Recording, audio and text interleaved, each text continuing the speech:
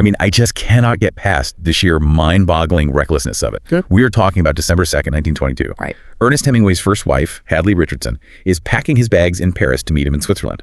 She carefully packs his original type manuscripts. She packs the handwritten drafts. Yeah, all of it. But then she makes this fateful, just completely inexplicable decision to pack every single carbon duplicate into the exact same Gladstone bag. It just completely destroys the safety redundancy Hemingway relied on. Well, wait, you have to look at the marital undercurrents before we just write this off as simple carelessness. You really don't think it was just a terrible packing job? Not if you look at the psychological context. I mean, this is exactly why biographers like Kenneth Lynn and Jeffrey Myers champion what they call the subconscious resistance theory. Oh, wow. Yeah. So you have Hadley, right? She's physically exhausted, left completely isolated in Paris while her husband travels the globe. She is sitting in a freezing apartment, watching her own modest trust fund bankroll, her husband's obsessive, all-consuming writing. Right, which had to cause some tension. Exactly. Psychologically speaking, these biographers ask a very dark question. Was this a Freudian slip of epic proportions? Like, was packing those carbon copies a subconscious act of domestic sabotage? See, I have to push back hard on that whole secret saboteur reading, because there is massive historical context that just flips the narrative. Really? How so? Well, when you bring in feminist and historical context from biographers like Mary Dearborn and Gioia Diliberto, you see the reality of 1922. They point out that packing an author's complete working desk for a long winter stay was entirely standard practice at the time. I guess that makes sense. You didn't just leave your only copies of your life's work sitting around in a drafty, unsecured Parisian apartment for months. Okay, that is a fair point about the security of the apartment. Plus, Hadley was recovering from a severe respiratory illness at the time. She wasn't some calculating mastermind trying to destroy his career. She was just an exhausted partner trying to be helpful and consolidate their luggage. And that debate right there is the core tension that has captivated literary scholars for over a century. It really is. Was this a tragic, innocent mistake made by an exhausted partner anticipating her husband's needs? Or was it a passive-aggressive strike at the very art that stood between them? Such a fascinating question. Well, anyway, you're listening to Deep Cuts and Deep Thinking. Welcome to the show.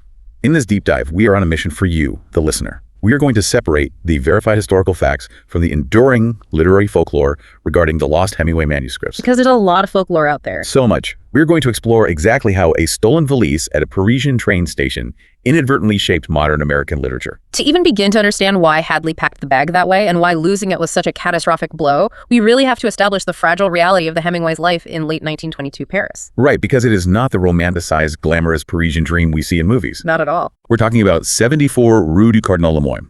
This is a fourth-floor walk-up in a gritty working-class neighborhood. There is no hot water.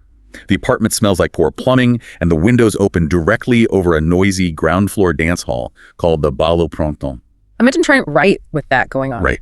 The noise of the accordion music literally thumps through the floorboards all night. The physical environment is totally chaotic, and their financial architecture is incredibly precarious too. Hadley's trust fund produces about $2,000 to $3,000 annually. Which goes a long way back then, right? Yeah, in a hyper-deflated French economy post-World War I, that is a dependable baseline. It keeps them from starving, but it's not a fortune. Meanwhile, Hemingway is desperately grinding out a living as a European correspondent for the Toronto Daily Star. Right, doing all that journalistic work. Exactly. He is constantly on trains, traveling to cover grueling, dangerous conflicts like the Greco-Turkish War. He is just exhausted by the journalism. And to protect his creative writing from both the domestic chaos of the dance hall and his day job, he rents this cheap, unheated attic space at 39 Rue Descartes. Which is such a cool detail. It is. Amazingly, this is the exact room where the French poet Paul Verlaine died. Right. And in that freezing little room, Hemingway is drafting his early fiction. He is basically treating that room like a laboratory, and he is actively being mentored by the literary heavyweights of the era. Gertrude Stein is teaching him visual modernism and rhythmic repetition. Which, for anyone not deep in literary theory, sounds incredibly academic. What does rhythmic repetition actually look like on the page? Think of it as building momentum with extreme simplicity. Stein was teaching him to repeat the same simple, everyday words until they took on a hypnotic, driving rhythm. Ah, I see. Yeah, rather than using a thesaurus to find 10 different flowery adjectives. She taught him that repetition could create real emotion. And alongside Stein, Ezra Pound is acting as his ruthless editor, literally crossing out his adjectives and forcing him to be direct. So he is right on the cusp of finding his voice. Which brings us to the setup for the disaster. In late November, Hemingway is in Lausanne, Switzerland.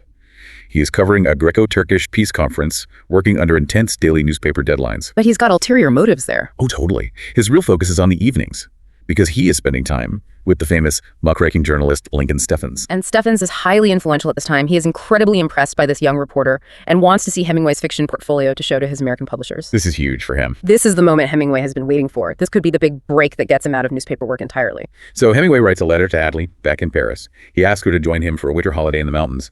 And, crucially, he asks her to bring his work so he can show it to Steffens. Hadley decides she wants to surprise him with how thorough she can be. She gathers everything. And that leads us to the tragic timeline of December 2nd. Hadley arrives at the Gare de Lyon, this massive railway terminus in southeastern Paris. She boards her carriage. The scene of the crime? Exactly. She stows the Gladstone Bag, which is a heavy, stiff leather travel case in the overhead compartment. And then she makes the fatal error. Yep. She steps back onto the platform for maybe 3 to 5 minutes to buy a bottle of Evian water and a newspaper. When she returns to her compartment, the bag has just gone. The panic in that moment is unimaginable. But what is so striking is her reaction. She is entirely paralyzed by it. Really? Paralyzed. Yeah. She is so afraid of missing the train and keeping Hemingway waiting that she doesn't pull the emergency cord. Yeah. She doesn't run to alert the station police commissioner. She just boards the moving train in a state of shock, hoping against hope that maybe a porter just moved the bag to another car. Oh, that is universally terrifying. It's exactly like taking your laptop, tossing in your external backup hard drive, throwing in every single thumb drive you own into one backpack, and then leaving it unattended on a bench at Grand Central Station just to go buy an iced coffee. That is the perfect analogy. But I have to ask about the culprit here. Who actually stole this? Because the enduring myth is always about international espionage. You hear stories that foreign spies were tracking him to steal his intelligence on the Greco-Turkish War. I mean, the espionage myth sounds like a great spy novel, but archival evidence completely debunks it. The Gare de Lyon in 1922 was absolutely swarming with opportunistic train thieves. The local police called them voleurs de train. So it wasn't a targeted hit at all? Not at all. These thieves specifically targeted unguarded luggage in the chaotic minutes right before departure. They were looking for cash, for jewelry, or for high-quality leather goods they could fence quickly. And a Gladstone bag looks pretty valuable. Exactly. So when this thief opened that heavy Gladstone bag in some alley and found only dense English typescript and scribbled notebooks, they had absolutely zero use for it. The papers were almost certainly shoved into one of the station's coal heaters or dumped straight into the Seine River to destroy the evidence. Wow. Because those manuscripts were likely burning in a station heater within an hour, the physical search for the bag is entirely moot. The real story instantly becomes about the catastrophic psychosexual fallout between Ernest and Hadley. The emotional toll is just immense. Yeah, the physical absence of that paper creates a permanent, echoing void in their marriage. You see the devastation the absolute second she arrives at the Lausanne station on December 3rd. Hadley is in a state of profound emotional shock. She is weeping so violently she physically cannot speak. And Hemingway is standing on the platform, and he initially thinks there's been a death in her family or some terrible medical emergency. He's desperately trying to calm her down. And when she finally chokes out that the valise was stolen at the station, Hemingway actually breathes a sigh of relief. He tries to comfort her. Wait, really? Yes. He tells her it's okay, assuming the carbon copies are sitting safely in a drawer back at Rue Descartes. Oh no, and that is the exact moment the bottom drops out of their world.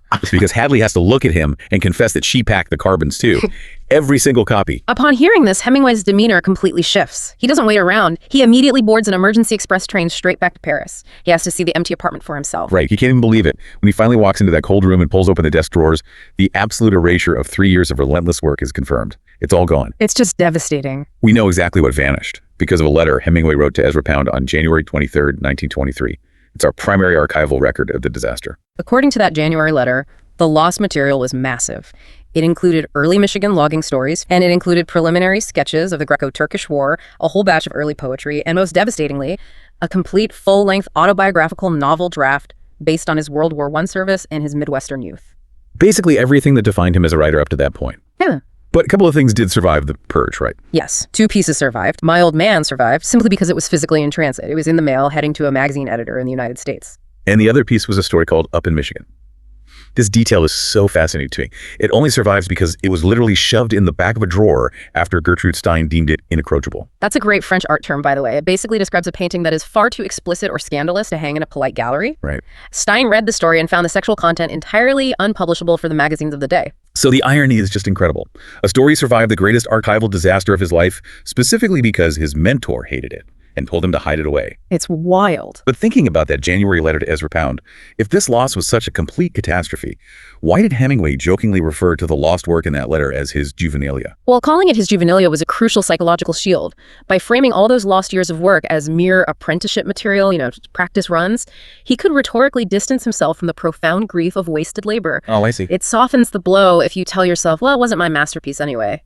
It's funny that he jokingly called his life's work juvenilia to cope with the pain, because that exact coping mechanism birthed the greatest literary myth about him. Oh, absolutely. The idea that this theft magically transformed him into a modernist genius overnight. This is the legend that is so deeply entrenched in literary circles. The popular myth claims that losing his derivative, wordy, 19th century style novel forced Hemingway to invent his famous theory of omission, which most people know as the Iceberg Theory. which is the concept that a story is like an iceberg. Only 1/8 of it is visible above the water that represents the concrete details, the direct dialogue, the physical actions. Right. But the other 7/8 rests unseen beneath the surface. That is the unstated emotional depth, the trauma, the underlying meaning. Exactly. And the myth says the theft forced him to invent this minimalist style completely from scratch because he had to start over. But when you actually look at the data, the archives just do not support that origin story at all. No. Textual scholars have thoroughly debunked it. Hemingway's stripped-down declarative syntax was already developing long before December 1922. You can see it clearly in his telegraphic cable journalism for the Toronto Star. Right, because when you are literally paying by the word to send a cable across the Atlantic, you don't write, "The majestic, towering trees swayed violently in the ferocious, howling wind," right? "Fierce wind shook large trees." You strip the syntax down to its absolute bare bones out of pure financial necessity. The journalism trained his economy of language, and as we mentioned earlier, he was already receiving rigorous editing from Ezra Pound, who was merciless about cutting filler. Pound's response to the theft is so crucial to this evolution, too. When Hemingway sends him that despairing letter in January, Pound replies with this incredibly cold, modernist pragmatism. It is so blunt. He tells Hemingway to treat the theft as an act of God. He argues that memory is the best critic. His logic was brutal, but effective. If you wrote a scene and you can't even remember the structural elements of it well enough to rewrite it later, then it wasn't essential in the first place. It's such ruthless advice. It essentially acts as a process of evolutionary natural selection for literature. That's a great way to put it. The theft functioned like a forest fire. It burned away all that dense, overgrown 19th century exposition he was probably clinging to in his early drafts, and it left only the absolute strongest narrative bones to survive the filter of human memory. The theft didn't spontaneously generate his minimalist style out of thin air, but it drastically accelerated his modernist trajectory. It permanently prevented him from spending the next 5 years endlessly polishing and publishing those early derivative attempts. It forced a clean slate, whether he wanted one or not. And you see the result of that clean slate perfectly in a masterpiece like Big Two-Hearted River, which he wrote after the theft. Such a great example. In that story, the character Nick Adams is returning to the burned-out pine country of Seney, Michigan after the war. But instead of talking about his trauma, Nick focuses entirely on the hyper-specific physical mechanics of setting up camp. Just the physical actions. Yeah. He focuses on exactly how he places the tent pegs, how he smooths the ground, how he cooks the beans, and how he catches grasshoppers for bait. He focuses entirely on the surface level, the 1/8 above the water. Exactly. And he deliberately avoids fishing the deep swamp of the river, where the current is too strong and the fishing is tragic. He says the swamp is too fast and too deep. Wow. It is a perfect structural mirror for Hemingway rebuilding his craft around a central, unspoken void, deliberately avoiding the deep swamp of his own trauma. It is the ultimate application of the iceberg theory. What is intentionally omitted gives the story its incredible emotional gravity. But while the aesthetic rebuilding was a massive success, we have to acknowledge that the emotional wound between Ernest and Hadley never actually closed. The lost suitcase haunted Hemingway for the rest of his life. You can trace how it bled directly into his late career fiction and his memoirs. Oh, definitely. In the late 1950s, he sat down to write his posthumous memoir, A Moveable Feast. And by that time, he had completely weaponized the memory of the theft. The narrative shift is staggering. By the late 1950s, he is no longer calling the lost work his juvenilia.